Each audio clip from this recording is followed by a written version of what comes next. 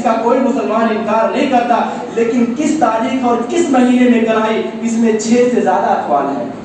صرف تاریخ میں نہیں، مہینے میں نہیں، بلکہ سال میں بھی اختلاف ہے کہ کس سال میں آپ کو معراج کرائی گئی تھی۔ میں اس بات کو چلو تسلیم کر لیتا ہوں کہ 27 رجب کو اللہ کے رسول صلی اللہ علیہ وسلم کو نبوت کے 11ویں سال 27 رجب کو آپ کو معراج کرائی گئی۔ میرے بھائی، اس کے بعد نبی کریم صلی اللہ علیہ وسلم بقید حیات کتنے سال تک رہے؟ 13 یا 14 سال تک رہے نا۔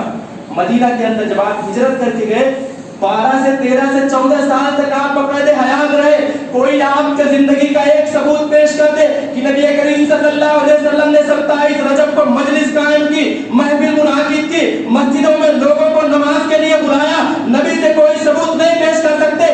آپ کے دوست حضرت ابو بکر صدیق سے کوئی پیش کر دے، عمر خطاب سے، حضرت عثمان غنی سے، حضرت علی سے، سب کو چھوڑو نبی کریم صلی اللہ علیہ وسلم کے کسی ایک صحابی سے نہیں کر سکتے، کسی ایک تابعی سے نہیں پیش کر سکتے، تبع تابعی سے نہیں پیش کر سکتے، ائمہ اربعہ میں سے کسی سے کوئی ایک ثبوت نہیں پیش کر سکتا، کسی بھی محدث سے، کسی بھی فقیہ سے کوئی ایک ثبوت پیش کر دے نہیں پیش کر سکتا۔ میرے بھائی، اس کا ثبوت قرآن اور حدیث اور اسی طرح سے جو اصحاب گزرے ہیں نبی کریم صلی اللہ علیہ وسلم کے، جو سلف صالحین گزرے ہیں، کسی نے اس چیز کا اہتمام نہیں کیا۔ تو آپ بتانا کیا چاہتے ہیں کہ آپ کی محبت ان سے بڑھ کر ہے؟ نبی سے سب سے زیادہ محبت ہم کرتے ہیں، صحابہ نے محبت نہیں کی۔ اگر یہ نہیں آپ کا عقیدہ ہے تو اپنے عمل کو غلط ماننا پڑے گا کہ انہوں نے نہیں کیا، ہمارا پھر عمل غلط ہوگا۔ میرے بھائی اور دوستو، بدعت کی قباحت کیا ہے؟ وقت بڑی تیزی سے جا رہا ہے، میں آپ کو بدعت کی سنگینی اور بدعت کی قباحت جو ہے اگر مختصر سے بات میں آپ کو سمجھاؤں، میرے بھائی، ایک مسلمان کبھی اپنے دل و دماغ میں اس چیز کو تو نہیں لاتا ہوگا، لیکن زہر تو زہر ہوتا ہے، آپ جان بوجھ کر کے کھائیے یا انجانے میں کھائیے، وہ اپنا اثر کرے گا۔ اگر آپ زہر جان بوجھ کر کے کھائیے، موت تب بھی آئے گی۔ اگر کوئی انجانے میں آپ کو کھلا دے، موت آپ کو تب بھی آئے گی۔ بدعت ہے، جان بوجھ کر کے آپ کریں گے، آپ کی آخرت تب بھی برباد ہوگی۔ انجانے میں آپ کریں گے، آخرت تب بھی برباد ہوگی۔ امام مالک رحمۃ اللہ علیہ کا ارشاد ہے کہ من ابتدع فی الاسلام بدعۃ یراها حسنہ فقد زعم ان محمدا خان الرسالہ لان اللہ یقول اليوم اکملت لکم دینکم واتممت علیکم نعمتی ورضیت لکم الاسلام دینا فما لم یکن یومئذ دینا فلا یکون اليوم دینا۔ اللہ اکبر! اتنی صاف اور ستھری بات امام مالک رحمۃ اللہ نے کہا لوگوں یاد رکھو، جو دین کے اندر بدعت کو ایجاد کرتا ہے اور وہ لوگ میری اس بات کو کان کھول کر کے سن لے، نبی نے تو کہا ساری بدعت ضلالت ہے، لیکن بعض لوگ جو تفریق کرتے ہیں بدعت حسنہ اور بدعت سیئہ کی، وہ لوگ میری اس بات کو دھیان سے سنیں۔ میرے بھائی، آپ کو یہ لوگوں نے ورگلا رکھا ہے، بدعت کی کوئی قسم نہیں ہوتی، لیکن اگر ہوتی ہے تب بھی آپ سنیں۔ امام مالک نے کہا جو دین کے اندر کوئی بدعت کو ایجاد کرتا ہے اور اسے حسنہ تصور کرتا ہے، یراہ حسنہ، اسے اچھا کام تصور کرتا ہے، یعنی بدعت سیئہ سے بھی خطرناک بدعت حسنہ ہے، یراہ حسنہ، جو اس کو حسنہ تصور کرتا ہے، فقد زعم ان محمدا خان الرسالہ، نعوذ باللہ، گویا کہ وہ آدمی یہ گمان کرتا ہے کہ امام کائنات نے، آمنہ کے لال جناب محمد عربی صلی اللہ علیہ وسلم نے رسالت کو پہنچانے میں خیانت کی ہے۔ میرے بھائی، کوئی مسلمان ایسا کہہ سکتا ہے، تصور میں لا سکتا ہے کہ نبی نے رسالت کو نہیں پہنچایا نا، اگر پہنچایا تو دین میں نئی چیز ایجاد کیوں کرتے ہیں؟ امام مالک کا استدلال سنیے۔ اللہ نے فرمایا کہ لوگوں، آج کے دن میں نے تمہارے لیے دین کو مکمل کر دیا ہے۔ اس کے بعد امام مالک تبصرہ کرتے ہیں، فما لم یکن یومئذ دینا فلا یکون اليوم دینا۔ لوگوں، اس بات کو پلے باندھ لو، جو نبی کے دور میں دین نہیں تھا، جو صحابہ کے دور میں دین نہیں تھا، جس کو تبع تابعین اور تابعین نے دین نہیں مانا، اللہ کی قسم وہ آج کے دن دین نہیں ہو سکتا، اس کی تصویر کتنی خوبصورت کیوں نہ ہو۔ میرے بھائیوں، بدعت حسنہ کی رد میں یہ تو تھا امام مالک کا قول۔ اب میں آپ کو لے کر کے چلتا ہوں اللہ کے پیغمبر کے ایک جلیل القدر صحابی، وہی عبداللہ بن عمر بن خطاب رضی اللہ تعالیٰ عنہ۔ ان کا قول جانتے ہیں کیا ہے؟ کہا کہ جو آدمی دین کے اندر بدعت کو ایجاد کرتا ہے، کہا کل بدعت ضلالہ، کل بدعت ضلالہ، لوگوں سنو، کل بدعت ضلالہ وان رآها الناس حسنہ، لوگوں ساری کی ساری بدعتیں ضلالت پر مبنی ہے، ساری کی ساری بدعتیں گمراہیت پر مبنی ہے، گرچہ لوگ اسے حسنہ تصور کریں، اسے بدعت حسنہ کا نام دیں، پھر بھی وہ بدعت گمراہی پر مبنی ہے۔ میرے بھائی، یہ میری بات نہیں ہے، مجھے ہمیں گالیاں دے کر کے کچھ حاصل نہیں آئے گا۔ نبی کے صحابہ کا یہ قول ہے کہ ساری کی ساری بدعتیں گمراہی ہے۔ اللہ کے پیغمبر صلی اللہ علیہ وسلم اپنے سارے خطبات میں کہا کرتے تھے سب سے اچھا راستہ، سب سے اچھی بات اللہ کی ہے، سب سے بہتر طریقہ محمد رسول اللہ کا ہے، اور دین کے اندر سب سے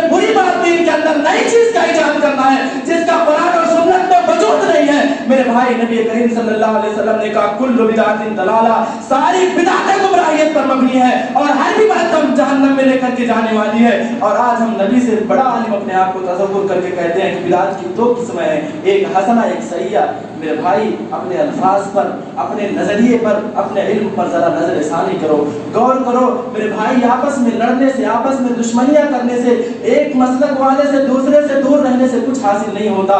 قبر میں آپ کو اور مجھے تنہا سونا پڑے گا، مجھ سے جو منکر نکیر مجھ سے سوال کریں گے مجھے جواب دینا پڑے گا، آپ سے جو سوال ہوگا آپ کو جواب دینا پڑے گا۔ میدان محشر کے اندر جب آپ کھڑے ہوں گے آپ کو اپنے کرتوتوں کا بدلہ دیا جائے گا۔ کوئی مولوی، کوئی پیر، کوئی فقیر کسی کی مدد نہیں کرے گا۔ خدا اپنے عمل پر نظر ثانی کرو، قرآن سے محبت کرو، رسول اکرم صلی اللہ علیہ وسلم کی حدیث میں اپنے اعمال کو تلاش کرو۔ دین مکمل ہو چکا ہے، اگر اس کے اندر کوئی خیانت کرے گا اس کا عمل عبرتناک ہوگا، اللہ رب العالمین کے ساتھ یہ بغاوت ہے، نبی کریم صلی اللہ علیہ وسلم پر الزام تراشی ہے۔ میرے بھائی اور دوستو، آپ قرآن اور حدیث کا اگر مطالعہ کریں تو ان سارے خرافات کا دروازہ اللہ رب العالمین نے اس طرح سے بند کر دیا ہے کہ ایک مسلمان اگر خود پڑھ لے تو وہ کبھی ان خرافات کے اندر ملوث نہیں ہوگا۔ لیکن ماجرا دراصل دوسرا ہے، ہمارے اور آپ کے نظروں میں جو عصبیت، ہمارے اور آپ کے دلوں میں جو دشمنی ایک دوسرے کے لیے بھر دی گئی ہے، ہم ایک دوسرے سے ملنا نہیں چاہتے، ایک دوسرے کی بات نہیں سننا چاہتے، ایک دوسرے سے ملاقات نہیں کرنا چاہتے۔ میں نے کہہ دیا وہ بدعتی ہے، ہم نے سمجھ لیا، اس کے عمل کو نہیں دیکھا، مجھے کہہ دیا وہ گستاخ رسول ہے۔ کبھی ہمارے زبان سے سنا نبی کریم صلی اللہ علیہ وسلم کی توہین، کبھی ہمارے نظریے اور ہمارے اصول کو ماننے والے کسی فرد کے زبان سے سنا کہ کوئی نبی کریم صلی اللہ علیہ وسلم کی توہین یا گستاخی کرتا ہے۔ اگر لوگ بدلاتے ہیں دراصل وہ اپنے پیٹ کی پوجا کو بند کرنے سے روکنا چاہتے ہیں، کیونکہ اگر آپ نے ہم سے تعلق کام کیا، ہم سے تعلق اور اپنا تعلق اور رشتہ داریاں اور دوستی اگر ہم سے آپ نے کیا تو قرآن اور سنت سے آپ کا رشتہ ہو جائے گا۔ تو یہ جو نذرانے کے نام پر جیب پر ڈاکے ڈالے جاتے ہیں نا، یہ پیٹ کا نذرانہ ان کا بند ہو جائے گا۔ اس لیے ہمارے اور آپ کے پیشانے پر گستاخ رسول کا لیبل چپکا دیا جاتا ہے کہ ان کے قریب مت جاؤ، ان کی بات نہ سنو، گستاخ رسول ہے۔ ہم کسی کی گستاخی نہیں کرتے۔ عیسائی بھی ہمارے اور آپ کے بارے میں کہتے ہیں کہ مسلمان عیسیٰ کو نہیں مانتے۔ آپ نہیں مانتے حضرت عیسیٰ علیہ السلام کو؟ نہیں مانتے ہیں؟ مانتے ہیں نا، ان کا کہنا جھوٹ پر مبنی ہے۔ ہمارے بارے میں کہا جاتا ہے اولیاء اللہ کو نہیں مانتے، ہم مانتے ہیں، جس طرح سے آپ مانتے ہیں ویسا نہیں مانتے ہیں۔ اللہ نے جو مقام دیا اس کا اعتراف کرتے ہیں، ان سے محبت ہم ایمان کا تقاضا سمجھتے ہیں، لیکن ہم ان کو مشکل کشا حاجت روا نہیں مانتے، ان کو ہم بگڑی بنانے والا اولاد دینے والا نہیں مانتے۔ یہ صرف اور صرف میرے رب کا خاصہ ہے، اس کے علاوہ یہ چیز کسی کو حاصل نہیں، یہ میرے رب کا خاصہ ہے، اسی لیے ہمیں اور آپ کو گستاخ اولیاء کہا جاتا ہے۔ میرے بزرگوں، میں آپ سب سے گزارش بھی وہی کروں گا کہ دین کے اندر ہر نئی چیز بدعت ہے، دین کے اندر ہر نئی چیز بدعت ہے، اور ساری بدعت گمراہی ہے، اور ہر گمراہی جہنم کے اندر لے کر کے جانے والی ہے۔ اس گمراہی کو، اس بدعت کو، اس ضلالت کو چاہے حسنہ کا نام دیا جائے، چاہے بدعت سیئہ کا نام دیا جائے، آپ ائمہ کے اقوال کو پڑھیے، آپ اسی طرح سے سلف صالحین کے اقوال کو پڑھیے، تبع تابعین اور تابعین کے پڑھیے، صحابہ کرام کو پڑھیے۔ وہ بدعت کے بارے میں آپ کو بس ایک عمل اور بتا کر کے اپنی بات کو ختم کر دوں گا، وقت بھی 1.5 منٹ بچا ہوا ہے۔ حضرت عبداللہ ابن عباس رضی اللہ عنہ مسجد کے اندر داخل ہوئے، دیکھا کہ کچھ لوگ ایسے گروپ بنا کر کے بیٹھے ہوئے ہیں، ہاتھوں میں کنکڑیاں ہیں اور اس پر سبحان اللہ، الحمدللہ اور اس طرح سبحان اللہ بحمدہ، سبحان اللہ العظیم، یہی جو ذکر و اذکار ہے پڑھ رہے تھے۔ ایک آدمی کہہ رہا تھا الحمدللہ کہیں، سارے الحمدللہ کہہ دیتے۔ بظاہر یہ نیک عمل ہے، اللہ رب العالمین نے اس کا کتنا مقام دیا ہے۔ نبی کریم صلی اللہ علیہ وسلم نے ارشاد فرمایا کہ کلمتان خفیفتان علی اللسان ثقیلتان فی المیزان سبحان اللہ وبحمدہ سبحان اللہ العظیم۔ اتنی فضیلت کہ ایسے کلمات جو زبان پر ہلکے ہیں اور اسی طرح سے میزان میں بہت زیادہ بھاری ہے، اللہ کو بہت پسند ہے، وہ سبحان اللہ وبحمدہ سبحان اللہ العظیم ہے، لیکن کہنے کا جب طریقہ بدلا تو عبداللہ ابن عباس رضی اللہ عنہ کا تبصرہ سنیے۔ حضرت عبداللہ ابن عباس مسجد میں جب پہنچے تو دیکھا لوگ ہجوم بنا کر کنکڑیوں پر اس کلمے کو پڑھ رہے ہیں۔ کہا لوگوں نے کیا کر رہے ہو؟ کہا عبداللہ کیا اللہ اس عمل کی وجہ سے ہمیں عذاب دے گا؟ کہا اس کلمے کی وجہ سے آپ کو عذاب نہیں، لیکن آپ کا جو یہ طریقہ ہے نبی سے ثابت نہیں ہے، اور اس طریقے پر اللہ آپ کو عذاب ضرور دے گا۔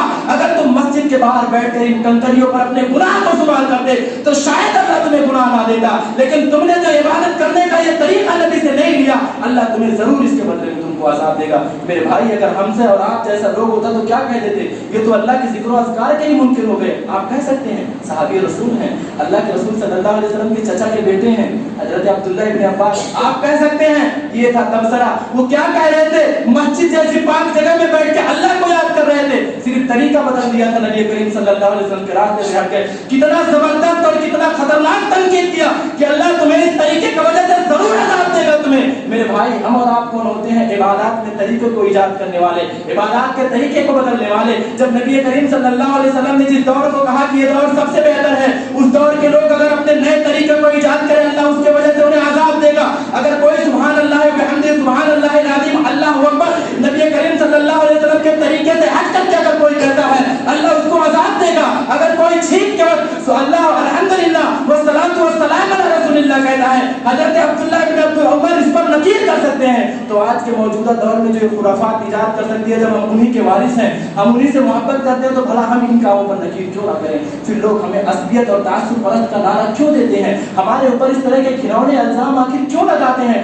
آپ ہمارے اوپر تبصرہ کرنے سے پہلے ایک بار اس بات کو سوچ لیں کہ یہ سارے الزام نبی کریم صلی اللہ علیہ وسلم کے صحابہ پر جاتے ہیں، کیونکہ ہم اپنی جانب سے کوئی بات نہیں کہتے۔ ہم وہی بات کہتے ہیں جو قرآن میں موجود ہے، ہم وہی بات کہتے ہیں جو حدیث میں موجود ہے، ہم وہی بات کہتے ہیں جو نبی کریم صلی اللہ علیہ وسلم کے صحابہ کے سیرت اور صورت اور ان کے زندگی سے ملتا ہے، ہم وہی بات کہتے ہیں جو ان کے عمل سے ہمیں اور آپ تک پہنچتا ہے۔ لہذا میرا بس پیغام آپ سب کو اتنا ہے کہ پھر سے میں اپنی پچھلی بات دہرا رہا ہوں کہ ماہ رجب کے اندر، اس رجب کے مہینے کے متعلق جتنی بھی حدیثیں پیش کی جاتی ہیں، ساری کی ساری ضعیف، ساری کی ساری گڑھی ہوئی، ساری کی ساری جھوٹی حدیثیں ہیں۔ میں اپنی بات کو ختم کروں گا اس سے پہلے بس ایک چھوٹی سی مثال، یہ میری جو گفتگو اتنی تھی ان بھائیوں کے لیے تھی جو دلائل کو پسند کرتے ہیں۔ اب دلائل کا متمنی، دلائل کا خواہش کرنے والا آدمی ان باتوں کو جاننے کے بعد مجھے تو اس بات پر یقین ہے کہ وہ ان خرافات کے اندر کبھی ملوث نہیں ہوگا۔ اب رہی بات ان بھائیوں کے لیے جو اپنے عقل کو شریعت کا میزان ٹھہراتے ہیں، میرے بھائیوں میں آپ سے بس ایک چھوٹا سا سوال 30 سیکنڈ کے اندر ختم کر کے اپنی بات کو بھی ختم کر دوں گا۔ ابھی جمعہ کی نماز ہم پڑھیں گے، کتنی رکعت ہے؟ بولیں 2 رکعت ہے نا؟ اگر میں کہوں کہ آج ہم لوگ 3 رکعت نماز پڑھتے ہیں، میرا عمل صحیح ہوگا؟ قبول کرے گا اس مسجد میں بیٹھا ہوگا کوئی آدمی؟ آپ مجھے بتائیں کہ تیسری رکعت جس کے میں ایجاد کرنے کی بات کر رہا ہوں، اس میں تو کسی کو گالی نہیں دوں گا نا، سورۃ الفاتحہ ہی پڑھوں گا، کوئی سورت پڑھوں گا، اللہ کے رسول صلی اللہ علیہ وسلم پر درود و سلام ہی بھیجوں گا نا۔ پھر آپ انکار کیوں کر رہے ہیں؟ کیونکہ یہ نبی کا طریقہ نہیں ہے۔ اللہ کے رسول صلی اللہ علیہ وسلم نے ہمیں 2 ہی رکعت بتایا جمعہ کے لیے۔ اگر میں 3 پڑھتا ہوں تو میں غلط ہوں، قرآن کے اندر حدیث کے اندر میں تحریف کرنے والا ہوں۔ تو اسی طرح سے ان ساری چیزوں کو بھی آپ سمجھیے نا کہ جب نماز اتنی خوبصورت عبادت ہے، اس کے اندر جب آپ کو تحریف کی اجازت نہیں تو شریعت کے دوسرے معاملات میں رد و بدل کی اجازت مجھے اور آپ کو کیسے مل سکتی ہے؟